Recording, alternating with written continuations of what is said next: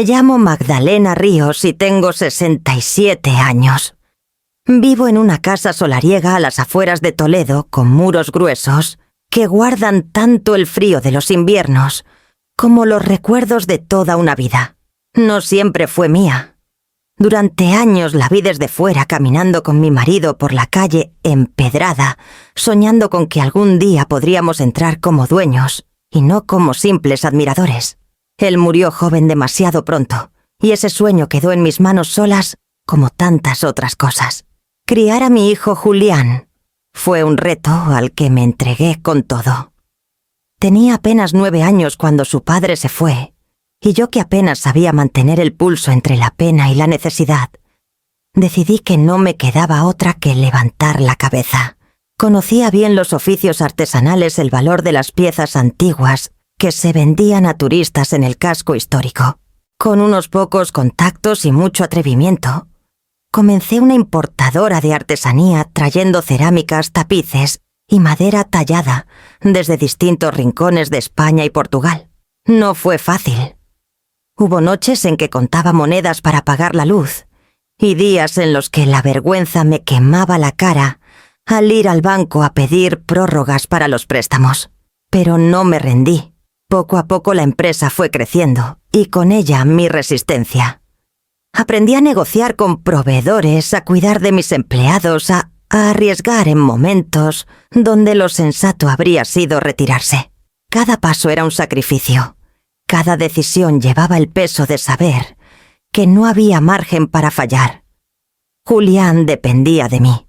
Con los años, lo que empezó siendo un pequeño almacén en un barrio humilde se convirtió en una firma reconocida en ferias de artesanía y decoración. Clientes internacionales comenzaron a confiar en mí y sin darme cuenta había creado un negocio sólido. Yo que en los primeros años celebraba una venta de 100 euros como un triunfo, ahora cerraba contratos que superaban decenas de miles. Sin embargo, nunca cambié mis costumbres. Sigo vistiendo ropa sencilla, cocinando platos tradicionales y paseando sola por el barrio como cualquier vecina más. No necesito lujos ni coches de alta gama. Mi mayor tesoro es saber que contra todo pronóstico construí una vida con mis propias manos. Lo que pocos saben, ni siquiera Julián, es que esos esfuerzos me permitieron acumular un patrimonio cercano a los 19 millones de dólares. Inversiones bien escogidas, propiedades que compré cuando nadie las quería, acciones que con el tiempo multiplicaron su valor. Todo hecho en silencio, sin fanfarrias. Esa mañana, mientras desayunaba pan con aceite en la cocina iluminada por la luz de invierno, sonó mi teléfono. Pensé que sería algún cliente habitual, pero al desbloquear la pantalla encontré un mensaje del banco. Detectado intento de acceso no autorizado a su cuenta de inversión. Me quedé helada. Leí y releí esas palabras, convencida al principio de que era un error, un fraude cualquiera. Pero el remitente era oficial con la misma dirección segura que siempre usaba el banco. El corazón me golpeaba en el pecho. Nadie debería saber de esas cuentas, salvo yo y mi asesor financiero en Madrid. Ni siquiera Julián estaba al corriente. Apoyé el móvil sobre la mesa y respiré hondo, intentando ordenar la maraña de pensamientos. ¿Quién podía haber intentado entrar? No era un detalle menor. Era un acceso directo al trabajo de toda mi vida, al sacrificio que me había costado lágrimas, horas de insomnio y la soledad de muchos años. Me levanté, recorrí el pasillo hasta el salón y me detuve frente a las estanterías cargadas de libros y piezas que he ido guardando con los años. Cada objeto tenía una historia, cada marca en la madera o en la piedra me recordaba lo que había tenido que hacer para estar de pie. La idea de que alguien en la sombra quisiera arrebatarme todo aquello me encendió la sangre. Llamé de inmediato a la sucursal. Me confirmaron que efectivamente alguien había intentado acceder con una clave errónea varias veces y que el sistema había bloqueado el intento. No podían darme más información de momento, pero me aconsejaban reforzar medidas de seguridad y reunirme cuanto antes con mi asesor. Colgué el teléfono con la garganta seca. El sacrificio de toda una vida podía estar en peligro no por el azar o por una crisis económica, sino por unas manos anónimas que intentaban forzar la cerradura invisible de mis cuentas. Y lo peor era la sospecha que se colaba como una sombra. Quizá no fueran manos tan desconocidas. La idea me acompañó todo el día como un eco persistente, hasta que el recuerdo de Julián y de su esposa, con esa sonrisa demasiado calculada, la última vez que nos vimos, empezó a cobrar un peso inesperado en mi mente. Julián siempre fue el centro de mis desvelos. Le di lo que pude y más convencida de que la educación sería su pasaporte hacia una vida mejor que la mía. Estudió Derecho en Madrid, una carrera que yo financié a base de préstamos, noches sin dormir y cuentas ajustadas al céntimo. Soñaba con verle convertido en un abogado de prestigio, pero la realidad fue distinta. Trabajos mal pagados, bufetes que lo usaban como un pasante eterno y una ambición que nunca estuvo a la altura de su disciplina. Con los años fue ganando cierta estabilidad, pero no por méritos propios, sino por las alianzas que tejió en los lugares oportunos. Fue en ese mundo donde conoció a Arantxa Valcárcel, una mujer de apariencia impecable, siempre vestida de marcas que apenas yo sabía pronunciar. La primera vez que me la presentó, me dio 2 besos con una sonrisa cortés que no llegó a sus ojos. Desde aquel momento, sentí que entre nosotras se extendía un muro invisible. Arantxa provenía de una familia de clase media que se reinventó en los años del boom inmobiliario. Su padre promotor se arruinó tras la crisis del 2008 y ella aprendió la lección: jamás volvería a vivir con miedo a perderlo todo. Lo compensó con un hambre feroz por escalar, por exhibir, por medir cada gesto según su valor de mercado. Nunca me lo dijo abiertamente, pero yo supe desde el principio que me veía como un obstáculo en su plan de ascenso. Aquella tarde de otoño, Julián y Arantxa llegaron a mi casa en Toledo. Hacía semanas que no los veía, y a pesar de mis dudas me alegré de tenerlos cerca. Preparé café y unas magdalenas intentando recrear un ambiente de calidez que se fue desvaneciendo, nada más cruzar ellos el umbral. «¿Esta casa?», dijo Arantxa, recorriendo el salón con una mirada crítica. «Es demasiado grande para una anciana sola». Lo dijo con voz suave como quien comenta el clima, pero cada palabra me atravesó como un cuchillo. Julián, en lugar de corregirla, sonrió nervioso y cambió de tema. Yo fingí no escuchar, aunque por dentro me hervía la sangre. Esa casa no era solo paredes, y vigas era la suma de mis sacrificios, el testimonio de lo que había logrado levantar después de perder a Isa, mi marido. Noté cómo Julián se movía incómodo entre los muebles, como si la modestia de mi decoración le avergonzara.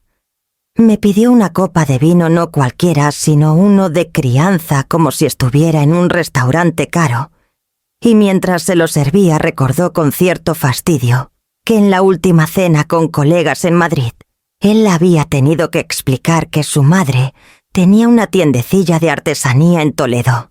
«No entienden por qué no te jubilas», ya me dijo como quien da un consejo práctico. «Con tu edad deberías disfrutar». Yo asentí sin discutir. Aprendí hace tiempo que no sirve de nada enfrentarse a un hijo que ya no te escucha. Preferí callar y observar. Cada gesto de Arantxa, cada comentario envenenado, me confirmaban que mi intuición no fallaba. No habían venido solo por cortesía. Planeaban algo, y la casa, mi vida entera, estaba en el centro de sus cálculos. Cuando se marcharon, el silencio de la casa me golpeó con fuerza. Cerré la puerta despacio, como quien intenta retener un aire que se escapa entre los dedos. Me senté junto a la ventana y repasé mentalmente la escena, las miradas de complicidad entre ellos, el modo en que Arantxa recorrió cada rincón, como si ya fuese suyo. Recordé también el mensaje del banco esa misma mañana. La suma de todo me heló la espalda. Quizá no fueran sospechas infundadas. Tal vez el intento de entrar en mis cuentas y la visita cargada de insinuaciones formaban parte de la misma trama. Mientras caía la tarde sobre Toledo y las campanas de San Juan resonaban a lo lejos, entendí que no podía seguir confiando en la aparente calma. Había señales demasiado claras de que algo se estaba gestando a mis espaldas, y mi propio hijo, aquel por el que sacrifiqué mi juventud, parecía dispuesto a formar parte de ello. Me quedé allí inmóvil, viendo cómo la luz se apagaba en la piedra antigua de la fachada, y supe que lo que vendría no sería una simple diferencia familiar, sino una prueba que pondría en riesgo todo lo que había construido. A veces me pregunto, ¿en qué momento la supervivencia se convirtió en estrategia? Cuando me quedé viuda, lo único que sabía era que tenía que mantener a Julián alimentado, vestido y con un techo digno. Todo lo demás parecía secundario. Empecé con un pequeño local en el barrio obrero de Toledo, donde vendía piezas que compraba en mercadillos de Extremadura o Andalucía. Con el tiempo, afiné la mirada, aprendí a distinguir lo auténtico de lo que solo era imitación, a restaurar una madera sin borrar su historia, a darle valor a lo que otros desechaban. La importadora de artesanía fue creciendo poco a poco. Primero contraté a un ayudante para cargar y descargar cajas, luego a una dependienta que hablaba inglés y podía atender a turistas, después a un restaurador jubilado que me enseñó trucos que jamás habría aprendido en una escuela. Así, año tras año, fui tejiendo un negocio que parecía discreto por fuera, pero que por dentro generaba beneficios que yo administraba con un cuidado casi obsesivo. Recuerdo la primera vez que un cliente extranjero me pagó en dólares por un lote de cerámicas de Talavera. En aquel momento me di cuenta de que debía diversificar. Empecé comprando un pequeño piso en el centro que alquilé a estudiantes. Más tarde, adquirí un local cercano a la plaza de Zocodover. Cada inmueble lo puse a nombre de la sociedad, nunca directamente al mío. Luego vinieron las acciones de empresas consolidadas, bonos del Estado e incluso algunas piezas de arte que conseguí a precios ridículos porque nadie sabía lo que tenían entre manos. Nadie sospechaba nada. Yo seguía con mi vida sencilla, con el mismo coche y la misma ropa. Mi entorno pensaba que apenas ganaba para mantener la tienda abierta, y así me convenía. Incluso mi propia familia lo creía. Aprendí pronto que mostrar prosperidad atraía codicia, y yo necesitaba todo lo contrario, pasar desapercibida. Mi patrimonio creció en silencio, protegido por capas de discreción. Solo mi asesor financiero en Madrid conocía las cifras exactas, y a él le dejé claro desde el principio que bajo ningún concepto debía filtrar nada. Si Julián supiera que su madre tenía millones, no sé cómo lo habría manejado. Tal vez habría sentido orgullo, pero más probablemente habría visto en mí una cuenta corriente a la que recurrir cada vez que le faltara algo. Yo no quería esa relación. Recuerdo un día, hará unos 10 años, en que estuve a punto de contarle algo. Julián atravesaba un mal momento, hablaba de deudas y de la presión de su trabajo. Me miró con ojos cansados y yo estuve a punto de decirle: «No te preocupes, hijo, tenemos un colchón». Pero me mordí la lengua. Si lo hacía, abriría una puerta que no podría volver a cerrar.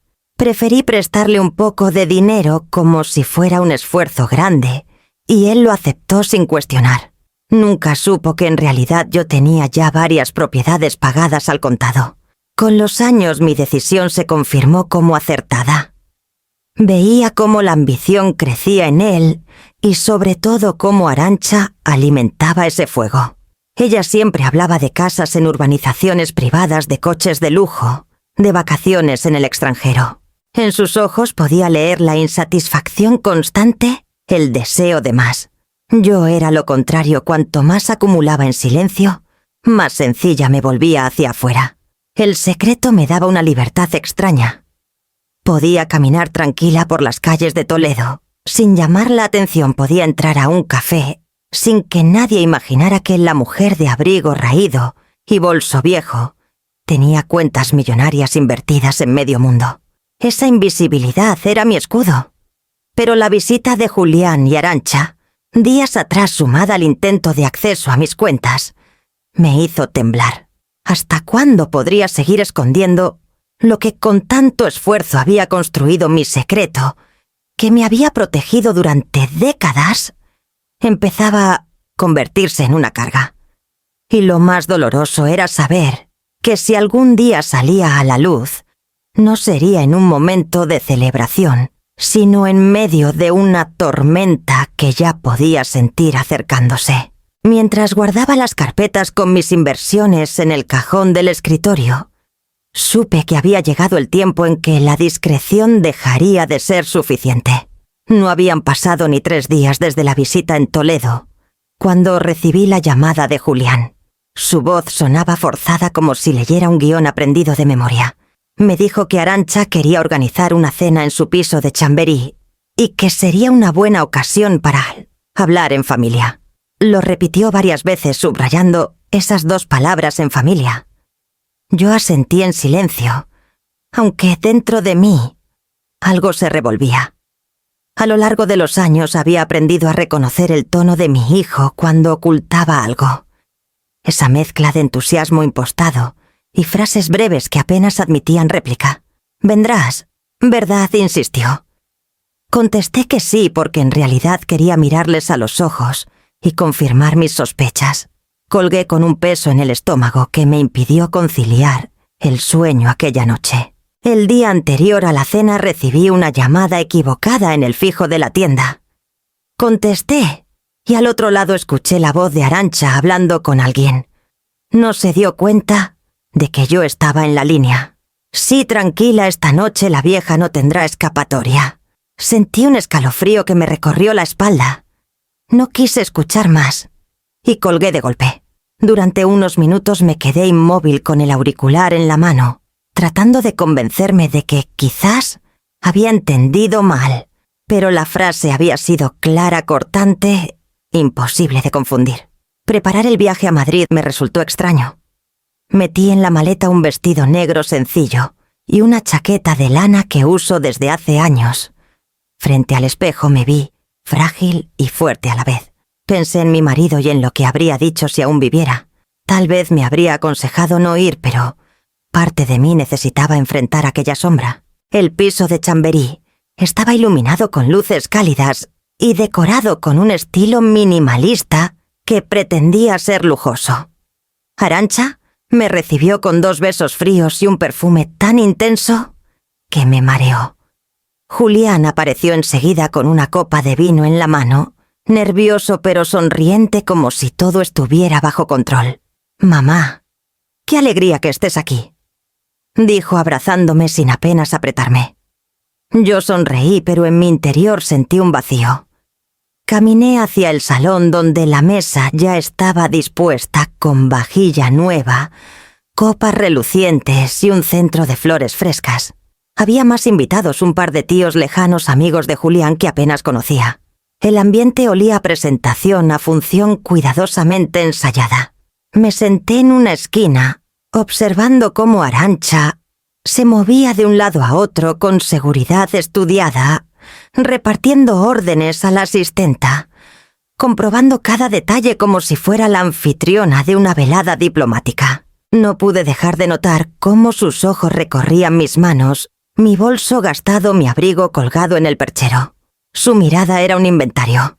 «Espero que disfrutes», Magdalena me dijo sirviendo el primer plato con un gesto que no admitía rechazo.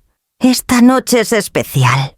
Yo respondí con una sonrisa leve, sabiendo que detrás de esa palabra especial se escondía algo más. Durante la cena los comentarios se sucedieron con un aire calculado. Se habló de las dificultades económicas, de hipotecas, de la necesidad de asegurar el futuro de los niños. Cada frase parecía colocada como una ficha de dominó, que tarde o temprano caería en la misma dirección.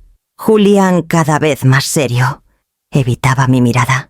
Apenas participaba en las bromas, como si llevara sobre los hombros una carga demasiado pesada, y en ese silencio incómodo, yo comprendí que la cena no era un simple gesto familiar. Era un escenario montado para arrinconarme, para que mis propios parientes fueran testigos de algo que estaba por venir. Mientras levantaba la copa para brindar, mi corazón latía con una fuerza desmedida. El eco de aquella frase en el teléfono regresó. Esta noche la vieja no tendrá escapatoria.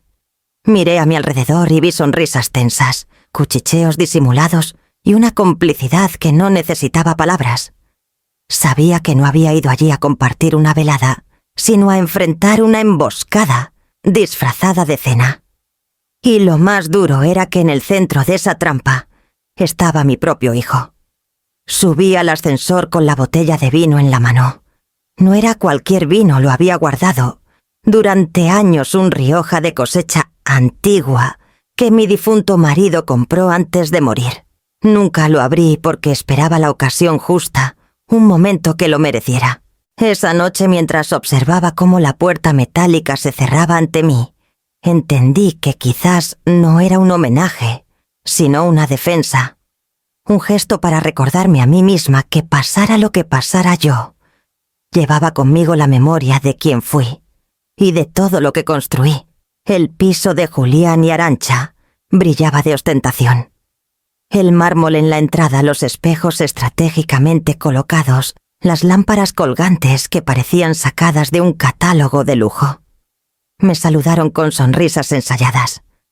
Entregué la botella y Arantxa la sostuvo unos segundos, leyó la etiqueta con un destello de sorpresa en los ojos y la dejó a un lado como si no encajara en su escenografía. La mesa estaba dispuesta como un escaparate, mantel de lino blanco, cubertería nueva, copas altas que reflejaban la luz dorada. Cada plato parecía un símbolo de estatus más que un alimento.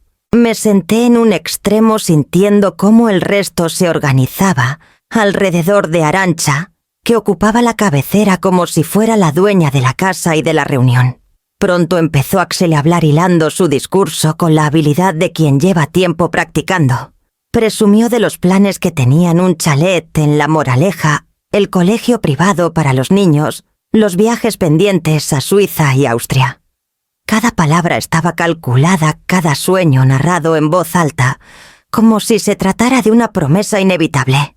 Claro, todo esto requiere un esfuerzo, dijo con una sonrisa impecable. Pero una familia unida siempre encuentra la manera de lograrlo. Mientras lo decía, sus ojos se clavaron en los míos.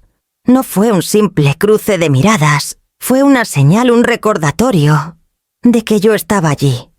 No como invitada, sino como pieza clave en el guión que había preparado. Guardé silencio.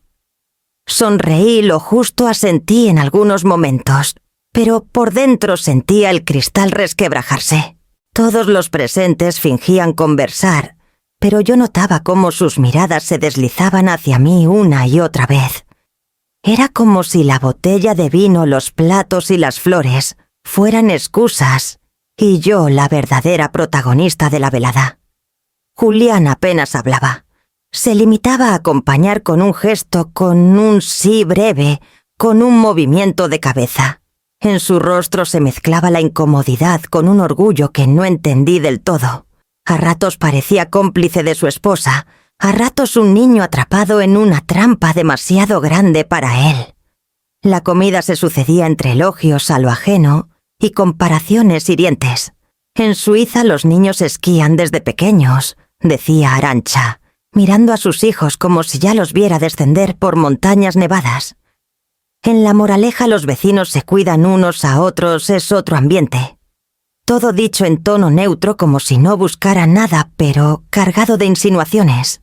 Yo seguía callada degustando cada bocado sin apenas saborear nada. Solo escuchaba el eco de sus palabras y el silencio de Julián.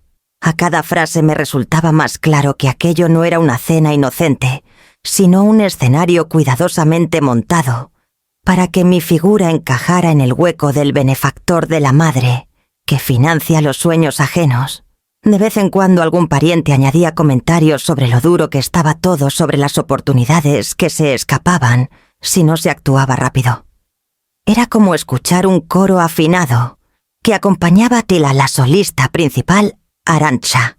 Ella hablaba con la seguridad de quien cree que el resultado ya está decidido, de quien siente que solo falta rubricar lo evidente. Yo no respondí, no negué ni afirmé nada. Me limité a sostener la mirada, a recordar que aunque intentaran reducirme a un cajero con nombre y apellidos, yo era mucho más que el dinero que llevaba hacia mis espaldas. El ambiente, sin embargo, se hacía cada vez más denso. El cristal de las copas tintineaba con cada brindis, y en ese sonido yo escuchaba el preludio de algo que estaba a punto de quebrarse. Cuando Arantxa mencionó por tercera vez la casa en La Moraleja, entendí que la máscara de cortesía no tardaría en caer, y que la verdadera razón de aquella cena estaba a punto de revelarse. El ambiente ya estaba cargado cuando ocurrió. Entre platos de porcelana nueva y copas relucientes, la conversación parecía discurrir por cauces triviales, pero yo sentía cómo la tensión subía como una marea silenciosa. Arantxa había tejido su discurso con paciencia, los viajes soñados, el chalet en La Moraleja, la educación exquisita para sus hijos. Cada palabra era un ladrillo en un muro que me arrinconaba más y más. Entonces, con un gesto perfectamente calculado, sacó su móvil del bolso. Lo puso sobre la mesa inclinándose apenas hacia los invitados y lo desbloqueó con rapidez. Fingió buscar una foto de los niños, pero lo que apareció en la pantalla fue un correo con el membrete del banco. En letras claras frías estaba escrito lo que jamás debía salir de la penumbra: patrimonio total, estimado 19.000 USD. El silencio cayó como un jarro de agua helada. Pude escuchar incluso el crujido de los cubiertos apoyados en los platos. Mis ojos se clavaron en esa cifra que me había acompañado en secreto durante años. No era solo dinero, era la suma de noches de desvelo, de renuncias, de lágrimas tragadas en silencio. Era mi vida entera resumida en un número que ahora se exhibía como si fuera una cifra de lotería en la mesa del salón. Julián se inclinó para mirar la pantalla. Su rostro pasó de la sorpresa a la incredulidad y después a una expresión que no olvidaré nunca. Era como si de pronto me viera bajo otra luz, ya no como su madre, sino como un cofre lleno de oro. «¿Es esto verdad, mamá?», preguntó con voz ronca, intentando disimular la excitación. No respondí. El silencio fue mi única defensa, pero él, lejos de detenerse, dejó escapar una carcajada nerviosa. 19 millones, repitió como saboreando las sílabas. No lo puedo creer. Tú, con tu tienda polvorienta. El comentario me desgarró más que el propio correo. El desprecio escondido en su tono era peor que la revelación misma. Antes de que pudiera articular palabra, Julián giró hacia mí con una seriedad repentina. «Deberías transferir parte a Arantxa», dijo apoyando una mano en la mesa. «Así aseguras el futuro de tus nietos». El salón entero se heló. Nadie respiró durante unos segundos. Arantxa sonrió, apenas esa sonrisa fina que usa cuando cree que la victoria está cerca. «No pedimos nada irracional», Magdalena añadió ella con una dulzura fingida. «Solo lo que es justo para la familia». Miré a Julián, intentando reconocer en él al niño que un día corría por los patios del colegio con los zapatos gastados, al adolescente que yo consolaba cuando se sentía menos que los demás. Pero no lo encontré.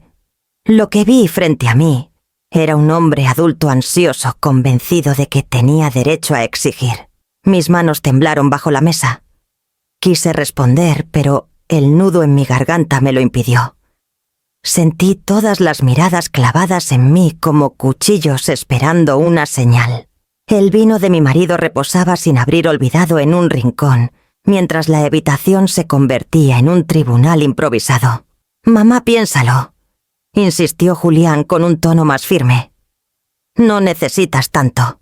¿Para qué quieres 19 millones viviendo sola en Toledo? Nosotros sí podemos darles un buen uso. Es lo lógico». Esa palabra lógico me atravesó como una sentencia, como si mi esfuerzo, mis décadas de lucha, no fueran más que un recurso mal aprovechado, Una herencia anticipada que debía repartirse sin mi consentimiento. La respiración me pesaba. El corazón me golpeaba en las sienes. Observé a mi alrededor la vajilla brillante, las flores en el centro de la mesa, los rostros expectantes. Entendí que la emboscada había llegado a su punto culminante. Lo que comenzó como una cena familiar se había transformado en una exigencia desnuda, sin pudor, sin amor. Apreté las manos sobre mis rodillas tratando de mantener la calma. No era el momento de estallar, no aún. Tenía que escuchar hasta el final, para comprender hasta dónde estaban dispuestos a llegar. La velada siguió, pero ya nada sonaba igual. Las palabras rebotaban como cristales rotos en el aire. Cada frase de Julián y de Arantxa pesaba más que la anterior, y yo sabía que el verdadero enfrentamiento apenas acababa de comenzar. El sonido de los cubiertos se fue apagando poco a poco, como si todos entendieran que la cena ya no era una reunión, sino un juicio improvisado. Los platos seguían a medio comer la carne, enfriándose el vino, perdiendo su aroma. Julián apoyó los codos en la mesa con el gesto de quien dicta sentencia. «No necesitas tanto dinero, mamá. Vives sola sin hijos pequeños, sin grandes gastos. ¿Qué sentido tiene guardarlo?» Sentí que el aire se espesaba. Cada palabra suya pesaba más que cualquier deuda que yo las hubiera soportado en la vida. El niño al que un día arropé en su cama, el joven al que animé a estudiar, me miraba ahora como a una cuenta corriente congelada. «Es injusto», añadió Arantxa cruzando los brazos. «Siempre te hemos apoyado y sin embargo, ahora te aferras a un dinero que no sirve para nada. Podrías ayudar a tus nietos, a Julián, a todos». Su voz sonaba dulce, pero escondía una daga. Me estremeció esa seguridad suya, como si el dinero ya estuviera en su bolsillo. Los invitados intercambiaron miradas. Un primo lejano intervino con cautela. «Magdalena, deberías pensarlo. La familia es lo primero. No puedes llevártelo todo a la tumba». Otra voz se sumó un tío que apenas me había visitado en los últimos años. «Con lo que tienes podrías aliviar tantas cargas. ¿De qué sirve acumular?» De repente la mesa entera se convirtió en tribunal y yo en la acusada. Cada mirada era un reproche, cada palabra un martillazo. El murmullo de los demás se mezclaba con el silencio incómodo de Julián, que solo confirmaba con su expresión que aquel ataque no era improvisado, era un plan. «Egoísta», susurró Arantxa mirándome con desprecio. «Prefieres guardar los millones en lugar de asegurar el futuro de tus propios nietos». Me mordí los labios. Por dentro me fervía la sangre, pero me negaba a estallar. Sabía que eso era lo que esperaban, que gritara, que perdiera la calma y quedara como una anciana caprichosa, incapaz de razonar. Respiré hondo y observé la escena. El mantel impecable, las copas brillando bajo la luz, la carne sin tocar. Todo era una farsa. Nadie había venido a compartir, a reír o a brindar. Aquella mesa se había preparado como un escenario para mi humillación. Julián tomó aire y se inclinó hacia mí. «Mamá, entiéndelo. No pedimos todo, solo una parte. 3-4 millones, no más. Para la casa, los niños, para que Arantxa no tenga que preocuparse». Me miraba con ojos duros, con un rastro de súplica que parecía más miedo que amor. Miedo a no cumplir con las expectativas de su mujer. Miedo a no estar a la altura. Pero detrás de ese miedo había algo más, una convicción de que yo debía ceder, porque en su mente el dinero ya no me pertenecía del todo. Tragué saliva, levanté la copa y bebí un sorbo. No confiaba en mi voz y preferí guardar silencio. El murmullo continuó, los reproches se apilaron uno sobre otro, y cada vez sentía más claro que mi hijo había dejado de ser mi aliado. Se había convertido en mi juez, y Arantxa en mi verdugo. Recordé las noches de frío en que me sentaba a revisar cuentas, los años en que recortaba gastos para pagarle la universidad, los silencios que soporté cuando se avergonzaba de mis vestidos sencillos. Todo ese sacrificio estaba ahí invisible mientras me señalaban como si fuera la enemiga. No respondí. Me limité a observar cómo se devoraban entre sí, cómo el veneno se expandía disfrazado de razonamiento. El cristal de las copas tintineaba como si presagiara una ruptura inevitable. En ese momento, entendí que la batalla no era por cifras, sino por dignidad. Y que si cedía una sola vez, no habría vuelta atrás. Me levanté con calma, dejando que la silla chirriara contra el suelo. El murmullo cesó. Todas las miradas se volvieron hacia mí.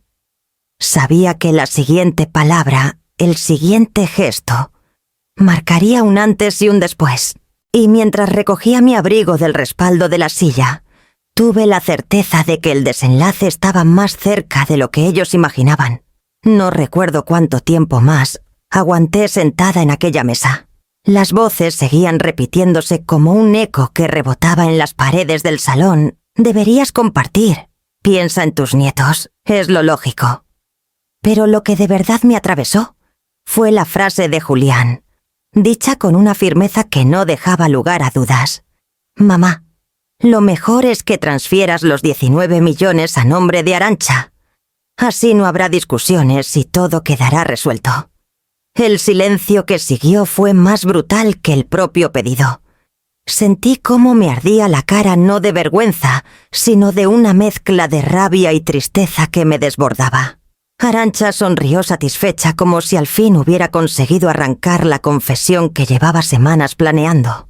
Los demás asintieron con discreción, inclinando las cabezas convencidos de que el veredicto ya estaba escrito. Yo no respondí. Miré a Julián largamente, intentando encontrar en sus ojos al niño que una vez me buscaba, entre la multitud del patio escolar, al joven que me pedía consejo en noches de incertidumbre. Pero todo lo que hallé fue frialdad, una convicción ajena prestada moldeada por la ambición de la mujer a su lado. Dejé la copa sobre la mesa con un gesto lento, como si ese sonido de cristal, al chocar contra el mantel, fuera la campanada de cierre.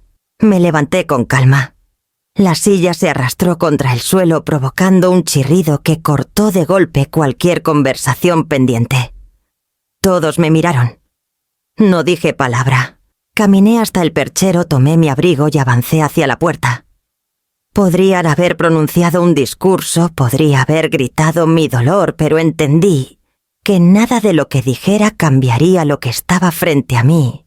Un hijo que ya no me veía como madre, sino como una chequera con nombre y apellidos. Arantxa se levantó también como para asegurarse de que yo no escapara sin ceder. Magdalena dijo con voz melosa: «No lo tomes así. Es por el bien de todos». Me detuve un instante frente a la puerta con la mano en el pomo. Giré la cabeza apenas lo suficiente para ver sus rostros, los ojos ávidos de Arantxa, la tensión en la mandíbula de Julián, la expectativa de los demás. Ninguno pensaba en mí como persona. Todos esperaban que cediera. Abrí la puerta de par en par, dejando que el aire frío de la noche madrileña entrara en la estancia. Y entonces, sin pronunciar una sola sílaba, la cerré con fuerza.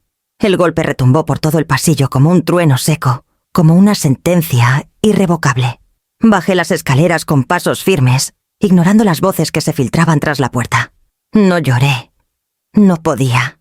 Había una serenidad dura dentro de mí, la misma que me sostuvo cuando me quedé viuda, cuando cargué cajas, en mis primeros años de negocio, cuando aprendí a sobrevivir sin nadie a mi lado. En la calle el aire helado me golpeó las mejillas. Encendí un cigarro que llevaba guardado desde hacía meses, aunque ya casi no fumo. El humo me supo a libertad amarga, pero libertad al fin. Caminé hasta la estación decidida a volver a Toledo esa misma noche. No quería dormir bajo el techo de nadie que me tratara como a un botín. El tren partió poco después. En el reflejo de la ventanilla vi mi rostro cansado, surcado de arrugas, pero también fuerte. Sabía que el portazo que acababa de dar no era un final. Era apenas la primera jugada de una partida más grande, una que yo no había elegido, pero en la que no pensaba rendirme. Al llegar a casa encendí las luces del salón y me senté en mi sillón favorito. El silencio era total, y en ese silencio encontré una certeza: el golpe de aquella puerta aún resonaba no solo en mis oídos, sino también en los corazones de quienes lo escucharon dentro, y estaba segura de que no tardarían en reaccionar. Regresé a Toledo pasada la medianoche. El tren iba medio vacío, y aunque intenté cerrar los ojos, el sueño no me visitó. Me quedé mirando por la ventana, viendo cómo las luces de los pueblos se apagaban a medida que avanzábamos. Dentro de mí se mezclaban la rabia y la tristeza, como dos corrientes que se cruzan y chocan sin descanso. Había perdido a mi hijo esa noche, lo sentía con la misma certeza con que sabía que respiraba. Pero, al mismo tiempo, había recuperado algo que llevaba años apagado: la dignidad de no dejar que nadie me pisoteara. Cuando por fin abrí la puerta de mi casa, el aire frío de la madrugada me recibió como un abrazo áspero. Encendí las luces, me quité el abrigo y me dirigí al escritorio. Allí descansaba mi viejo diario, de tapas de cuero, el único confidente al que jamás le escondí mis verdades. Con la mano temblorosa escribí una sola frase que resumía: la noche. Prefiero estar sola que ser utilizada. Al terminar me quedé mirando la página abierta como si esas palabras fueran un muro capaz de protegerme de todo lo que vendría. El silencio de la casa pesaba, pero ya no lo sentía como un castigo, sino como un espacio necesario para recomponerme. Preparé una infusión de manzanilla, me envolví en una manta y me senté junto a la ventana. Desde allí, observé cómo la luna iluminaba los tejados, recordándome que aunque el mundo se viniera abajo, la noche siempre encontraba su forma de imponerse. A la mañana siguiente salí a la plaza del barrio para comprar pan. El aire estaba más frío que de costumbre, un frío que se colaba por los huesos. Saludé a don Matías, mi vecino de toda la vida, que se acercó con su paso lento y su bastón de madera. Tenía esa manera de hablar que parece siempre un murmullo de confidencia. Doña Magdalena me dijo: el otro día vi a su hijo por el centro. Levanté la cabeza con sorpresa. A Julián, pregunté intentando sonar natural. Sí, salía de la sucursal del banco que está junto a la catedral. No iba solo, llevaba unos papeles en la mano y hablaba con un hombre trajeado. Me pareció raro, estaba muy alterado. Asentí sin responder, pero las palabras se quedaron grabadas como un clavo. Julián no tenía nada que hacer en ese banco. Su cuenta estaba en Madrid y además nunca había sido organizado con sus finanzas. ¿Qué hacía allí en Toledo con documentos que ni siquiera eran suyos? El resto del día lo pasé inquieta. Cada rincón de la casa me devolvía la imagen de la noche anterior: la mesa lujosa, las sonrisas falsas, la exigencia brutal de mi hijo. Ahora, con la información de Matías, todo adquiría un matiz más oscuro. No era solo ambición, era preparación. Julián había movido piezas antes de la cena, quizás con la esperanza de asegurarse lo que no podía obtener por amor ni por respeto. Volví a mi escritorio y repasé las carpetas con mis cuentas, propiedades y contratos. Todo estaba en orden, protegido bajo el nombre de mi sociedad. Sin embargo, recordé el mensaje del banco sobre el intento de acceso no autorizado. Una punzada me atravesó el pecho.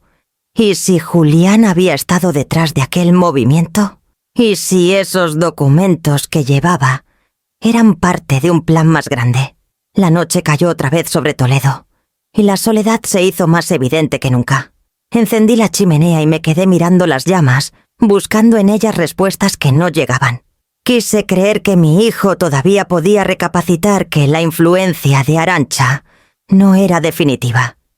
Pero la imagen de su rostro endurecido, exigiendo transferir mi patrimonio, me devolvía a la realidad. Me acosté tarde con la certeza de que aquella guerra no había terminado en Chamberí. El portazo que di fue solo un inicio. Y mientras apagaba la lámpara de la mesilla, el eco de las palabras de mi vecino resonaba en mi cabeza, preparando el terreno para lo que descubriría muy pronto. Aún tenía en la cabeza las palabras de mi vecino cuando llamaron a la puerta a media mañana. Abrí, y allí estaba Ramiro Landa, un viejo amigo de la familia, y notario de confianza desde que mi marido y yo compramos nuestra primera vivienda. Habíamos compartido cafés, confidencias y hasta silencios en momentos difíciles. Al verle con el rostro serio y los ojos cansados, supe que no venía de visita casual.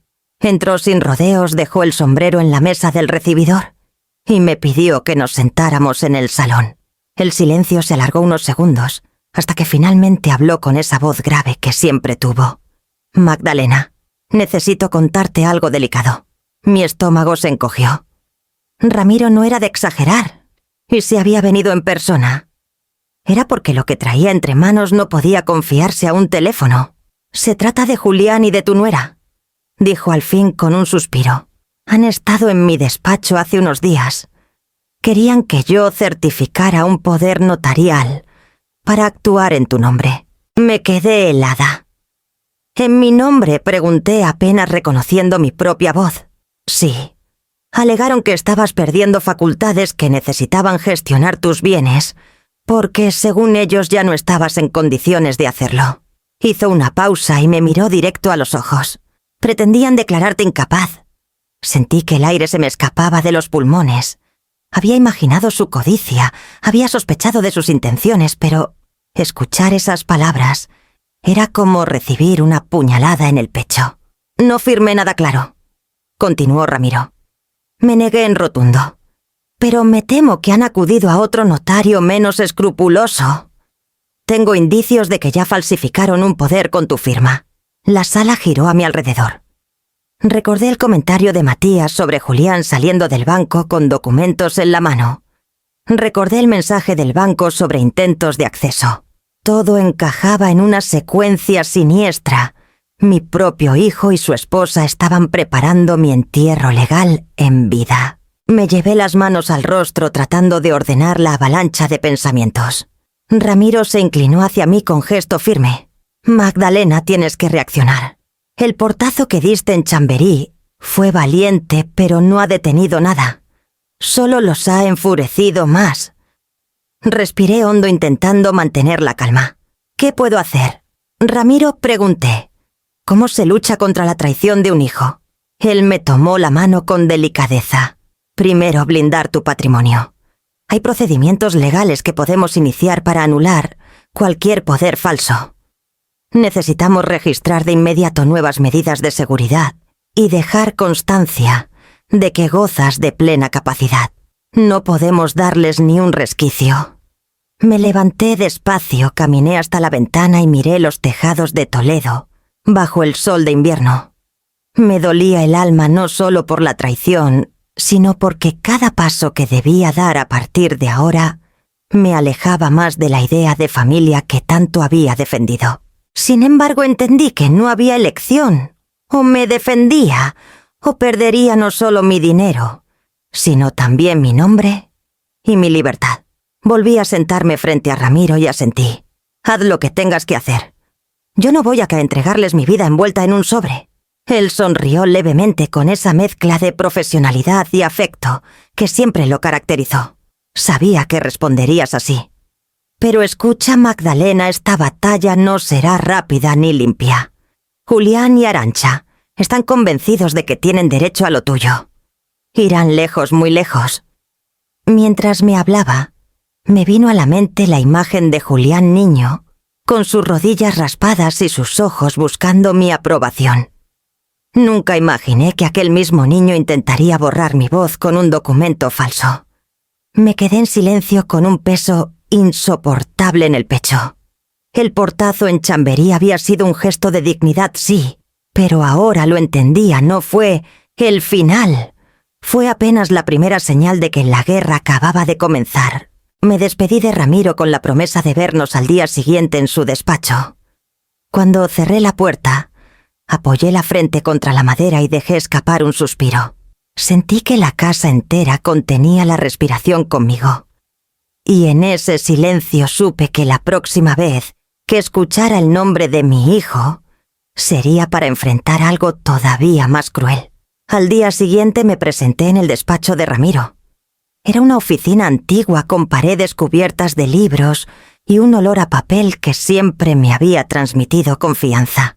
Aquella vez, sin embargo, el aire estaba cargado de gravedad. Me recibió con un apretón de manos firme, pero sus ojos evitaban los míos. Supe que lo que estaba tú a punto de mostrarme me heriría más de lo que estaba preparada para soportar. Se sentó frente a mí y sacó de un cajón un sobre grueso cerrado con un sello rojo. Lo abrió despacio como si quisiera darme tiempo para prepararme y extendió sobre la mesa varios documentos. «Magdalena, esto es lo que te decía», murmuró empujando las hojas hacia mí. Las manos me temblaban cuando acerqué el primer contrato. Reconocí enseguida el membrete del registro de la propiedad. El texto hablaba de una hipoteca solicitada sobre una de mis fincas en las afueras de Toledo. Una finca que había comprado hacía 20 años con el fruto de mis primeros grandes contratos y que siempre consideré un símbolo de mi esfuerzo. Lo peor fue la firma. Al pie del documento parecía mi nombre escrito con mi propia caligrafía. Pero no era mía. Cada letra era una imitación apenas disimulada de mi trazo.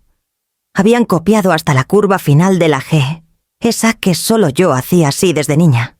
«No», susurré llevando una mano a la boca. Ramiro asintió con pesar. «Es una falsificación». Lo comprobé con peritos caligráficos. Julián presentó estos documentos como si fueran auténticos. Quiso hipotecar tu finca para obtener liquidez. Me derrumbé en la silla. El mundo giraba a mi alrededor. No era un simple intento, era una traición escrita con tinta negra y fría. Cerré los ojos y recordé cuando Julián tenía apenas 9 años. Venía a casa con las notas escolares y me pedía que firmara en el margen para justificar un olvido o una falta de ortografía. Aquel niño me miraba con ojos suplicantes y yo a veces cedía. Firmaba con ternura con la esperanza de que aprendiera de los errores. Ahora la misma palabra firma me atravesaba como un puñal. Mi hijo había tomado ese gesto de confianza y lo había convertido en un arma para arrebatarme lo mío. Sentí un dolor físico en el pecho como si la sangre pesara demasiado para seguir corriendo por mis venas. Miré a Ramiro y le pregunté con voz quebrada cómo pudo. Él no respondió de inmediato.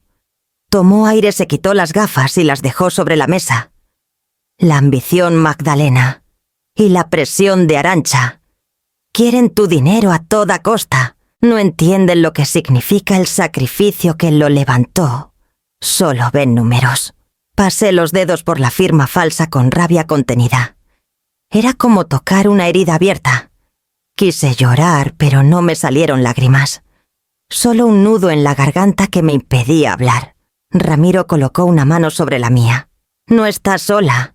Vamos a anular esto. Pero debes ser fuerte. Ellos creen que pueden ganarte en tu propio terreno. Lo que no saben es que tú llevas toda la vida peleando batallas mucho más duras». Asentí aunque por dentro me sentía rota. Sabía que tenía razón. Había enfrentado la pobreza, la soledad, el juicio de una sociedad que nunca me consideró suficiente. Habíame aprendido a sostenerme sola, pero nada se comparaba a mirar la firma de mi propio hijo, imitada para despojarme. Me puse de pie y recogí los papeles. Sentí que pesaban como piedras, como si llevara sobre mis hombros la evidencia de una traición demasiado grande. «Quiero que guardemos todo esto bajo custodia», dije con voz más firme de lo que esperaba. «No voy a permitir que siga avanzando». Ramiro asintió y me acompañó hasta la puerta. Antes de salir me detuve un instante. Observé la luz del pasillo filtrándose entre las persianas y comprendí que aquel era un punto de no retorno. Ya no había marcha atrás. No podía mirar a Julián con los mismos ojos. Regresé a mi casa con el sobre en la mano. Lo coloqué sobre la mesa del salón y me quedé mirándolo largo rato, como si pudiera quemarse solo con mi rabia. En ese silencio helado, entendí que lo que había empezado como una disputa familiar se había transformado en una guerra sin escrúpulos. Y esa guerra apenas estaba dando sus primeros pasos. Aquella noche no pude dormir. Los documentos falsificados seguían sobre la mesa como un fantasma que me recordaba cada segundo la magnitud de la traición. Encendí una lámpara tenue y sin pensarlo mucho bajé al sótano. Allí guardo las cajas con fotografías, cuadernos, cartas y recuerdos que he acumulado durante décadas. No buscaba nada en concreto, solo necesitaba aferrarme a algo que me recordara quién había sido mi hijo antes de convertirse en este extraño capaz de falsificar mi firma. Abrí la primera caja y lo encontré un cuaderno escolar de tapas azules, con su nombre escrito con letra temblorosa. Lo sostuve entre las manos y una oleada de ternura me atravesó. Dentro había dibujos de casas torcidas, soles sonrientes y figuras humanas de palotes. Recordé cómo venía corriendo a enseñarme cada página esperando una sonrisa, un aplauso, una palabra de aliento. Yo siempre se la daba aunque hubiera coloreado fuera de las líneas. Seguí hurgando y apareció una foto amarillenta, Julián en su primer día de colegio, con la mochila más grande que su espalda y los zapatos gastados pero limpios. A su lado estaba yo sujetándole la mano con un orgullo que casi se transparentaba en la foto. Aquella mañana le prometí que nada, ni nadie le faltaría, que yo cargaría con lo que fuera necesario para que él tuviera una vida digna. Las lágrimas comenzaron a caerme sin darme cuenta. ¿En qué momento ese niño se había transformado en un hombre capaz de verme como un obstáculo, como un trámite legal a eliminar? Abrí otra caja y aparecieron las notas de la universidad. Recordé la emoción de aquel día en que recibimos la carta de admisión en Madrid. Vendí un collar que había heredado de mi madre para pagarle la matrícula del primer año. No dudé ni un segundo. Lo importante era que mi hijo tuviera el futuro que yo nunca tuve. Me senté en el suelo frío del sótano, rodeada de fotos de cumpleaños, de excursiones, de veranos en la playa de Levante. Cada imagen era un puñal y al mismo tiempo un recordatorio del amor que puse en cada detalle. Vi su cara llena de espuma en la bañera, su risa con los dientes manchados de helado, su mirada orgullosa cuando me regaló un cenicero hecho de barro en el colegio. Ese era mi Julián. Ese era el niño al que entregué mi vida entera. Me pregunté entonces cuándo dejó de ser mi hijo y empezó a convertirse en mi enemigo. No encontré una respuesta clara. Tal vez fue poco a poco, con cada desprecio a mi tienda de artesanía, con cada gesto de vergüenza hacia mi forma sencilla de vestir, con cada palabra de Arantxa que le fue moldeando la ambición, como si fuera arcilla húmeda. Mientras pasaba las páginas de un álbum, me detuve en una foto de los tres, él, yo y su padre, en una feria de artesanía de Talavera. Julián llevaba un sombrero enorme que le quedaba ridículo, pero reía como si el mundo entero le perteneciera. Su padre le tenía la mano en el hombro y yo sostenía un bolso lleno de catálogos y sueños. En ese momento, éramos una familia. Cerré el álbum con un suspiro largo. Comprendí que mi lucha ya no era por dinero. Lo que estaba en juego era mi dignidad, el derecho a no ser reducida a una cifra, a no convertirme en una sombra que los demás manipulan según su conveniencia. No podía retroceder. Si cedía, traicionaría no solo mis esfuerzos, sino también la memoria de aquel niño que una vez confió en mí para que lo protegiera. Subí las escaleras con las cajas en brazos y las dejé en el salón junto a los documentos adulterados.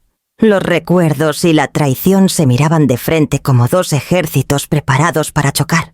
Apagué la luz del salón, pero me quedé un rato más en penumbra, escuchando el latido de mi propio corazón. Ya no era solo una madre dolida, era una mujer dispuesta a resistir aunque la guerra la enfrentara con la sangre de su sangre. Y con esa certeza me acosté, sabiendo que al día siguiente el conflicto daría un paso más oscuro. La invitación llegó en un sobre sencillo escrito con la caligrafía de mi hermana menor, Clara. Era para una comida familiar en su casa, un encuentro que solía ser costumbre cada pocos meses, aunque desde la última cena en Chamberí yo había evitado cualquier reunión. Dudé en asistir, pero parte de mí sabía que esconderme no haría más que darles la razón. Decidí ir consciente de que la Mesas no sería un lugar de paz, sino un campo de batalla disfrazado de manteles y platos humeantes. Cuando llegué ya estaban casi todos. Primos, tíos, sobrinos, incluso algunos parientes que apenas recordaba. Me recibieron con besos fríos, con sonrisas que no llegaban a los ojos. En la mesa larga el murmullo era constante, pero yo sentía que cada conversación giraba tarde o temprano hacia mí. El almuerzo comenzó con cierta normalidad. Charlas triviales sobre el trabajo, los niños, los precios en el mercado. Yo intentaba mantener la calma probando el guiso que Clara había preparado, pero no tardó en llegar el primer comentario. Fue de un primo que siempre había tenido lengua rápida. Magdalena, dicen que tienes una fortuna escondida. ¿Es verdad que te niegas a compartir tu bendición con la familia? El silencio se hizo inmediato. Todos dejaron los cubiertos esperando mi reacción. Noté cómo la sangre me subía a la cara, pero decidí mantener el tono sereno. No es una bendición caída del cielo, respondí con firmeza. Es el fruto de años de trabajo, de noches sin dormir, de sacrificios, que nadie más cargó conmigo. Un murmullo recorrió la mesa. Entonces habló mi cuñada. Pero eres mayor, Magdalena. No tienes hijos pequeños ni grandes gastos. ¿No sería justo ayudar a quienes lo necesitan? La palabra justo me dolió, como si toda mi vida hubiera sido injusta por no entregar en bandeja lo que tanto me costó. Inspiré profundo y miré alrededor.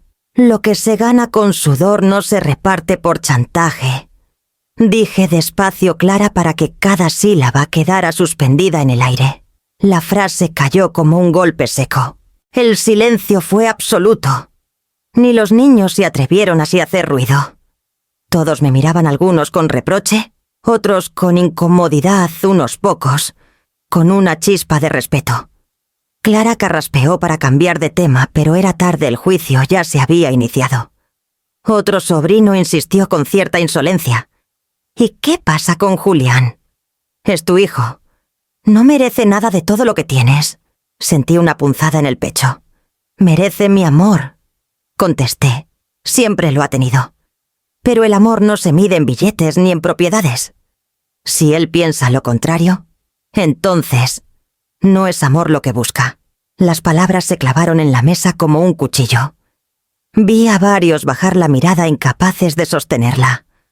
Otros negaban con la cabeza, murmurando entre dientes. La tensión se podía cortar con el filo de una cuchara. Terminé mi plato en silencio. No iba a justificarme más, no iba a suplicar comprensión a quienes ya habían decidido verme como una usurera egoísta. Me limpié las manos con la servilleta, la doblé con calma y la dejé sobre la mesa. Yo no vine aquí a pedir aprobación, dije finalmente. Vine porque aún creo en la familia, aunque la familia no siempre crea en mí. Me levanté. Nadie me detuvo. El ruido de mis pasos sobre las baldosas se mezcló con el silencio pesado que dejaba atrás. Cuando salí a la calle, el aire fresco me golpeó con una claridad dolorosa. Comprendí que aquel almuerzo no había sido una reunión más, había sido un juicio moral, uno en el que ya habían escrito la sentencia antes de escucharme. Y sin embargo, mientras caminaba de vueltas a casa, me sentí más ligera, como si cada reproche hubiera confirmado que la única lealtad que debía mantener era conmigo misma. La dignidad, me repetí en silencio, no tiene precio, ni herederos forzosos. Y esa convicción me dio la fuerza necesaria para enfrentar lo que sabía que vendría después, aún más oscuro y cruel. Los días posteriores a aquella comida fueron pesados como plomo. Caminaba por las calles de Toledo con la sensación de llevar un cartel invisible en la frente, uno que decía: la madre que se niega a compartir su fortuna. Sin embargo, poco a poco descubrí que no todos me miraban con juicio. Hubo quienes, en lugar de reproches, me ofrecieron palabras que me devolvieron el aire. Una mañana, al salir de la panadería con mi bolsa de hogazas, Me detuvo doña Pilar, vecina del barrio de toda la vida. Me tomó de la mano con ternura y mirándome fijo me dijo: «No se deje doblar, Magdalena. Yo la vi trabajar de sol a sol. Vi cómo cargaba cajas cuando nadie la ayudaba. Nadie tiene derecho a pedirle nada». Sus palabras me conmovieron tanto que tuve que respirar hondo para no llorar en plena calle. Le agradecí con un abrazo breve pero sincero. Ese fue el primer hilo de un tejido nuevo que empezó a formarse a mi alrededor. A los pocos días recibí la visita de 2 antiguos empleados de la importadora. Habían trabajado conmigo en los años más difíciles cuando apenas podía pagar sueldos, pero nunca dejé que les faltara el almuerzo caliente. Llegaron sin previo aviso con una botella de vino y una bolsa de aceitunas. «Solo veníamos a decirle que pase lo que pase, cuenta con nosotros», me dijo uno de ellos. «Antonio, si necesita testigos de su esfuerzo, ahí estaremos». La emoción me atravesó de golpe. No era dinero, no era poder, era respeto genuino nacido de la memoria compartida de tantas jornadas. Pero la sorpresa más grande llegó un jueves por la tarde mientras revisaba unas piezas en la trastienda de la tienda de artesanía. Alguien llamó a la puerta. Al abrir me encontré con Clara Belmonte, una de mis primeras aprendices. Había pasado casi 15 años desde que trabajó conmigo una joven inquieta que adoraba aprender a lijar maderas y catalogar cerámicas. Ahora era una mujer hecha y derecha con los ojos brillantes de la misma curiosidad de entonces. «Señora Magdalena», me dijo con una sonrisa tímida, «me enteré de lo que le están haciendo. Si me permite, quiero ayudarle aquí en la tienda». La miré sin saber qué responder. Clara llevaba bajo el brazo una carpeta llena de bocetos y proyectos. Mexicana explicó que había trabajado en museos y que ahora quería dedicarse de lleno a la conservación artesanal. «Todo lo que sé empezó aquí con usted», añadió. «No me parece justo que la dejen sola ahora». El nudo en mi garganta se deshizo en un instante. Le abrí la puerta de par en par y la invité a pasar. Pasamos la tarde entre maderas antiguas repasando inventarios y recordando viejas anécdotas. La tienda recobró vida con su presencia, como si los objetos mismos celebraran el regreso de alguien que los trataba con el mismo respeto que yo. Con el paso de los días, Clara empezó a venir regularmente. Colocaba piezas en los estantes, limpiaba vitrinas, atendíase a los clientes con esa mezcla de delicadeza y pasión que siempre la había caracterizado. Su entusiasmo contagió incluso a los vecinos que comenzaron a visitar la tienda más seguido. La soledad que se había instalado como una condena empezó a diluirse entre sonrisas y gestos sencillos. Una tarde, mientras cerrábamos la caja y guardábamos las llaves, me dijo: «Usted me dio un oficio cuando nadie confiaba en mí. Déjeme ahora devolverle un poco de lo que aprendí». Me quedé mirándola agradecida, pensando que en esas palabras había más familia que en todas las cenas y comidas en las que me habían reprochado no entregar mi vida en bandeja. Esa noche, al escribir en mi diario, anoté: «Quizá la verdadera familia no sea la que comparte tu sangre, sino la que se queda a tu lado sin pedir nada a cambio». Y con esa certeza, sentí que por primera vez en semanas podía dormir en paz, aunque sabía que la batalla con Julián y Arantxa aún no había terminado. La presencia de Clara en la tienda me devolvió fuerzas que creía agotadas. Sus manos jóvenes y decididas limpiaban estanterías, clasificaban piezas, atendían a los clientes con una dedicación que me recordaba a mis primeros años. A su lado, empecé a sentirme menos frágil, más dueña de mi vida. Sin embargo, la sombra de Julián y Arantxa seguía ahí acechando en cada rincón. Fue Ramiro quien me abrió los ojos. Una tarde llegó a la tienda con su maletín repleto de documentos y me dijo sin rodeos: «Magdalena, no basta con defenderte. Hay que pasar al ataque. Si no les quitas las armas, seguirán intentando derribarte». Lo miré con cansancio. Había pasado noches enteras repasando papeles, temiendo que cualquier descuido me dejara a merced de ellos. «¿Y cómo se hace eso?», pregunté con una mezcla de duda y desconfianza. Ramiro desplegó un plan meticuloso: crear un fondo cultural en Toledo, una fundación que recibiera parte de mi patrimonio, para becar a jóvenes artesanos y restauradores. No sería una simple donación, sino una estrategia legal que blindaría mis bienes y los pondría al servicio de una causa que llevaba mi firma, no la de mi hijo. Si ellos quieren tu dinero, que sepan que ya tiene dueño, añadió. Y ese dueño es la cultura, no la codicia. Al principio me costó imaginarlo. Pensar que parte de mis millones dejaría de estar en mi poder me generaba vértigo. Pero cuando vi la sonrisa de Clara al escuchar la idea, entendí que aquello no era una pérdida, sino una victoria.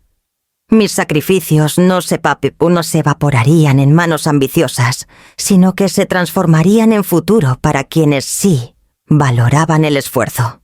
Las semanas siguientes fueron un torbellino. Ramiro redactó los estatutos de la fundación. Yo seleccioné las primeras líneas de becas y proyectos. Clara me acompañó a reuniones con jóvenes artesanos, con asociaciones culturales, con profesores universitarios que soñaban con un lugar donde enseñar técnicas olvidadas. Por primera vez en mucho tiempo, sentí que mi dinero tenía un propósito más allá de la defensa. El día del anuncio público amaneció claro y frío. El Ayuntamiento de Toledo nos cedió un salón para la presentación. Nunca olvidaré la imagen: periodistas locales, estudiantes expectantes, antiguos clientes de mi tienda, vecinos curiosos. Tomé el micrófono con las manos firmes, pese al temblor interno. He trabajado toda mi vida con las manos y el corazón, dije mirando hacia la sala. Hoy quiero que ese esfuerzo no termine conmigo. Por eso parte de mi patrimonio se destinará a un fondo cultural que apoye a jóvenes artesanos y conserve nuestras tradiciones. Los aplausos fueron largos y sinceros. En ese instante, supe que había hecho lo correcto. No solo me protegía, sino que ofrecía algo que sobreviviría a mi nombre. Julián y Arantxa, por supuesto, se enteraron enseguida. Me lo contó Ramiro días después con una mezcla de gravedad y satisfacción. «Están furiosos», dijo. «Creían que ya tenían tu herencia asegurada. Ahora saben que gran parte de ella ya no existe para ellos». Imaginé el rostro de mi hijo al descubrir que los millones que esperaba heredar se habían convertido en becas y talleres para jóvenes. Una punzada de dolor me atravesó porque una parte de mí aún deseaba que pudiera alegrarse por algo tan noble, pero la realidad me devolvía su rostro endurecido, moldeado por la avaricia y el resentimiento. Esa noche, al escribir en mi diario, sentí un alivio inesperado. Ya no era la mujer acorralada en una cena, ni la madre que aguantaba reproches en silencio. Era alguien que había decidido actuar, que había convertido el dolor en legado. Sin embargo, mientras apagaba la lámpara, una inquietud permanecía: si Julián había sido capaz de falsificar documentos, ¿qué estaría dispuesto a hacer ahora que sabía que su supuesta herencia se había desvanecido? El silencio de la casa se hizo más pesado, como si las paredes presintieran la tormenta que estaba por llegar. Pasaron varios meses desde aquel anuncio público. El Fondo Cultural empezó a tomar forma: talleres llenos de jóvenes entusiasmados, profesores recuperando técnicas olvidadas y vecinos acercándose a ver cómo la tradición encontraba nuevas manos. La prensa local me buscaba con frecuencia y por primera vez en mi vida no me sentí invisible. Todo ese movimiento me dio una paz distinta, un sentido que ya no dependía de nadie. Una tarde de invierno, mientras preparaba café en la cocina, escuché golpes en la puerta. Abrí y lo vi: Julián. Estaba demacrado, con la barba descuidada y los ojos rojos de cansancio. Me dijo con voz rota que Arantxa lo había abandonado, que las deudas lo ahogaban y que no tenía dónde ir. Sentí que el corazón se me encogía, pero mantuve la serenidad. Le pedí que entrara. Se sentó en el mismo sillón donde tantas veces de niño había dormido la siesta después de jugar. Durante unos minutos no dijo nada hasta que finalmente me miró a los ojos y balbuceó: Mamá, lo siento. Lo escuché en silencio. Había esperado esa frase durante años, pero al mismo tiempo sabía que no bastaba para borrar lo ocurrido. Intentó hablar de empezar de nuevo, de que tal vez yo podía ayudarlo a recomponerse. Fue entonces cuando le respondí con calma, pero con una firmeza que me sorprendió incluso a mí. Eres mi hijo Julián, pero no mi dueño. Él rompió a llorar hundiendo el rostro en sus manos. Y yo lo abracé con un cariño que seguía intacto, aunque las cicatrices entre nosotros fueran profundas. Lo abracé como madre, no como salvadora. No abrí la puerta a mi dinero, solo a mis brazos. Semanas después llegó el día de la inauguración oficial del Fondo Cultural. El salón estaba lleno. Jóvenes, becados, vecinos, periodistas, antiguos clientes y hasta autoridades locales. Cuando me pidieron unas palabras, caminé hasta el estrado con paso seguro. El amor no se mide en millones, dije mirando a los presentes, sino en respeto. El aplauso llenó la sala y yo sentí que aquel eco era la respuesta más clara a todos los portazos que había dado. Esta vez, sin embargo, era un portazo definitivo, no contra mi hijo, sino contra la ambición que había intentado devorar mi vida. ¿No es esa la victoria verdadera, elegir la paz, cuando hasta tu propia sangre quiso convertirte en moneda